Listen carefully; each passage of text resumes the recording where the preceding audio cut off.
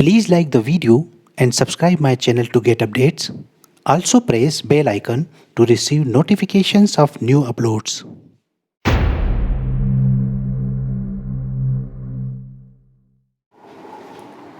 Hello friends, I am Dr. Ajay Verma. Welcome to my channel Mech and Mess. In today's video, we will be discussing auxiliary planes method for projections of solids. Previously, we were using change of position of objects method. This method, auxiliary planes method, is also called change of position of reference axis method. What is the basic difference between change of position of object method and change of position of reference axis method?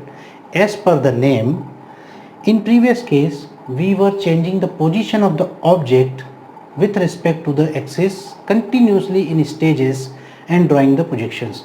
So if you have remembered my previous in my previous videos, there would be 6 diagrams. First, for the simple position, 2 diagrams here with one condition, and finally the final projections with the second condition.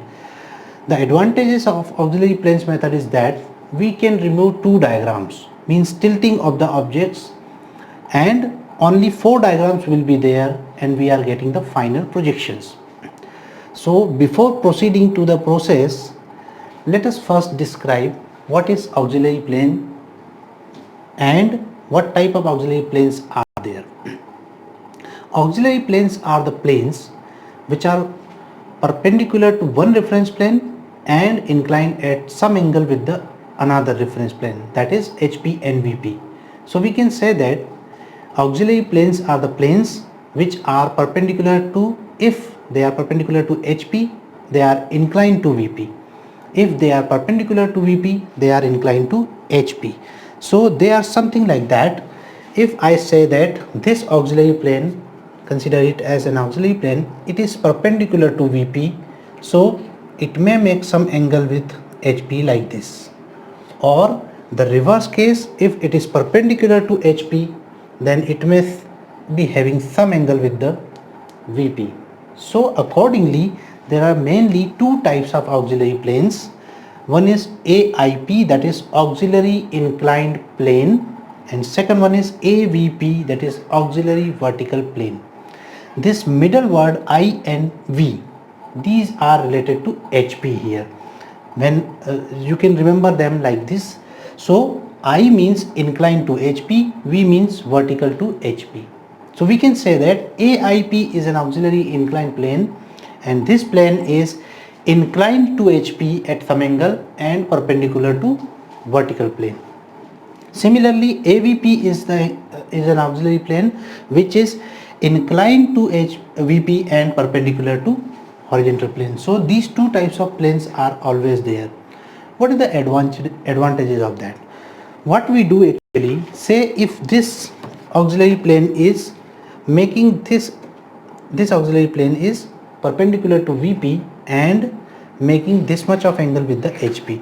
Now what we can do, the object is say here, so what we do, we project the object on this plane and then rotate it by 90 degree like this. So we are getting the projections here.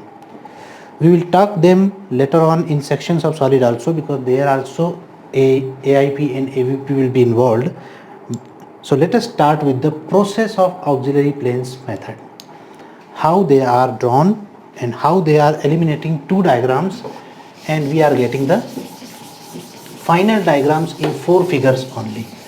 So here I have drawn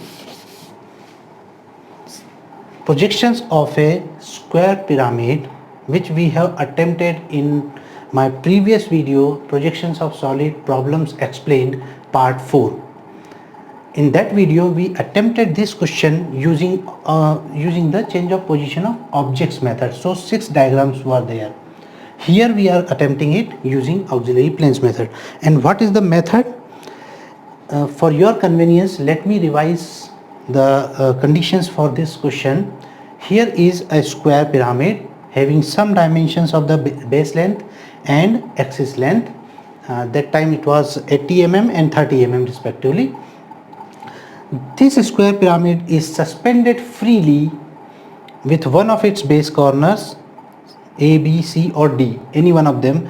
In that problem we taken A as the point on which it was suspended, and the top view of the axis was making an angle of 30 degree with the vertical plane. So what we have did that time we tilted in the next stage this figure according to this suspension of the pyramid. So what we did that time, from A to center of gravity of the pyramid, that is h by 4, center of gravity of the pyramid, we joined a line A dash G dash. In the next diagram, this line was perpendicular to xy. So we have drawn this complete figure here, so that this A dash G dash must be perpendicular to xy line. The similar thing we have to attempt here also. Now what we will do, we will draw another axis reference line which is perpendicular to this line, say in this manner. So this is our new axis x1 y1, say for example. Now this axis is taken perpendicular to this A dash G dash. The similar condition is happening there also, but for that we have to draw this complete diagram with tilt and all those. But here only one line has to be drawn and the condition is fulfilled. Now this A to G is perpendicular to xy. Now what to do? Now you have to draw the projectors from all these points perpendicular to this x1 y1.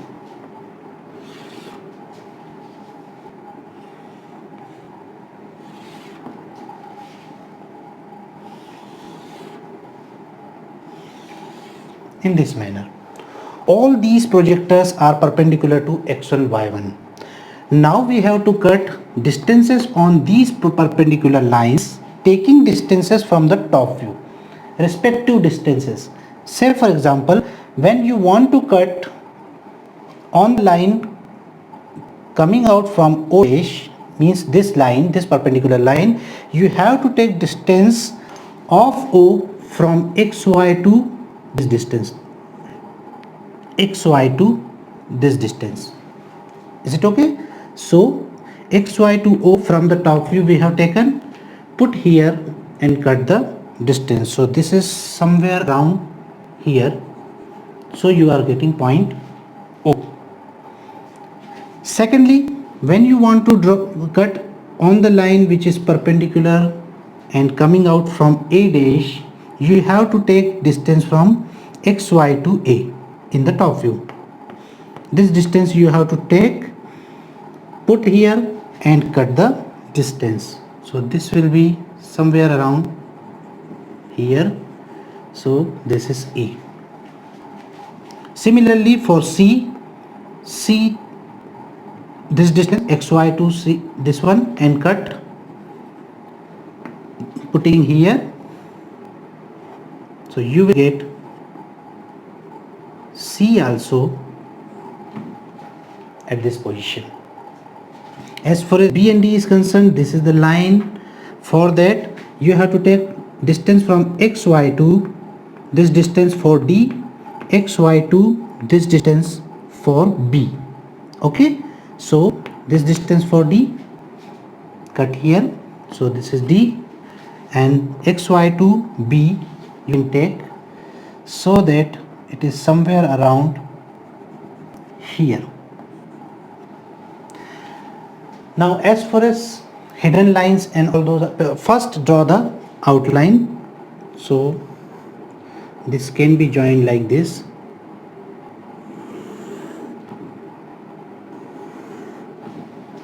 Now we have to identify whether the base is half hidden or continuous. So you have to draw arrow from this direction, means the direction of the perpendicular lines, or the perpendicular direction of this x1 y1.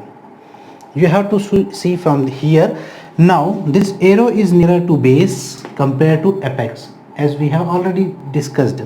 So this base is continuously visible because this arrow is nearer to the base compared to apex. So in this diagram This base will be completely visible, so we can join it with continuous lines. Our rules of lateral lines for hidden or continuous are same. So the line which is joining from C to O must be a hidden line because it is crossing a continuous base. So this must be a hidden line up to here, and line from A to O must be a continuous line because it is not crossing this continuous base.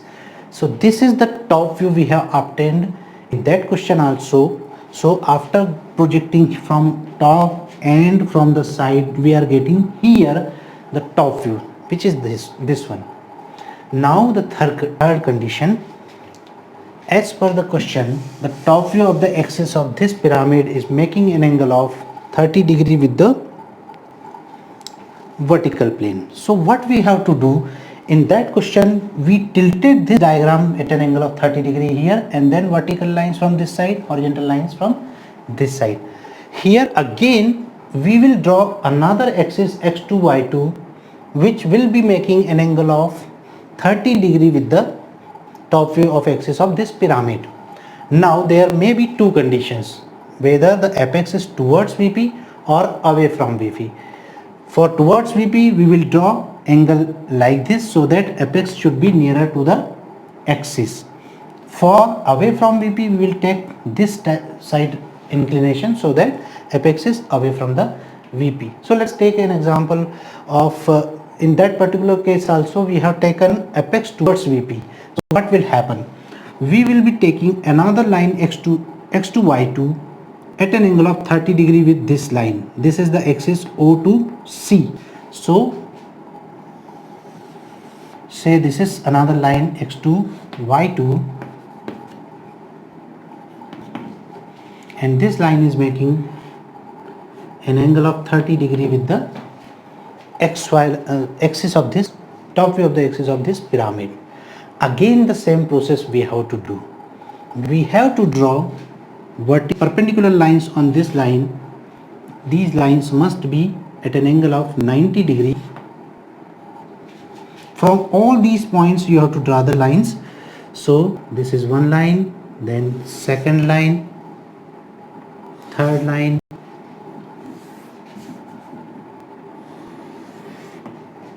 fourth one, and fifth one.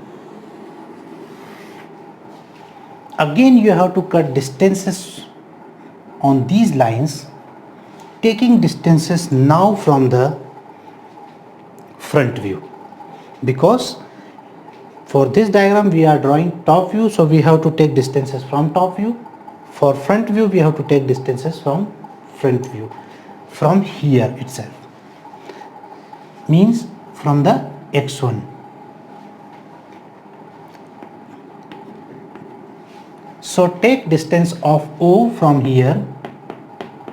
So this distance must be taken and cut on O. So this is O dash.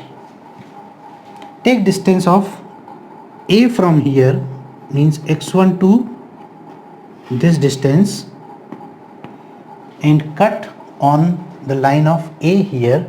So this is the line for A. So this must be the distance. It is almost here, A dash. For C, take this distance, perpendicular distance from x1 to C, this one, and put here and cut it. So it's something around here. This is C dash. For B and D, this same distance we have to cut on the lines of B and D. So this is the line for B, so it will be somewhere around here.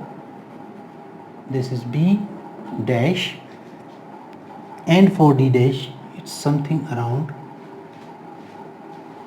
here.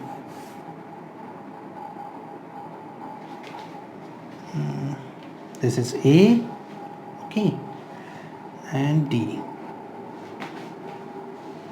So this will be somewhere around here, D. Now again we are looking from this direction, so A is nearer to the base, so the base will be continuous in the front view also. So join them like this, and outlines may be joined easily. Again the same condition, because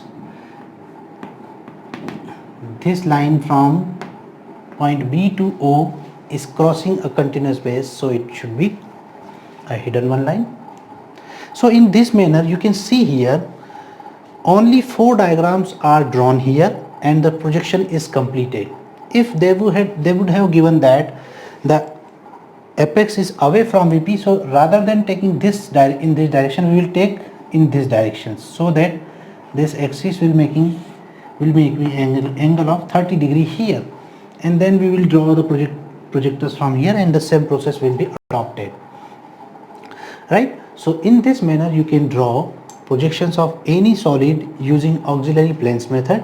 It is easier, faster, and requires less time to draw, because we need not to draw the diagrams which are to be changed in positions, and then we have to draw the projections. Previously, first we have to tilt this, then after getting intersection lines we will be getting this one, then we have to again draw it and tilting it so as to draw the final projections. So this is projection of solids using auxiliary planes method. Thank you very much. Thanks for watching.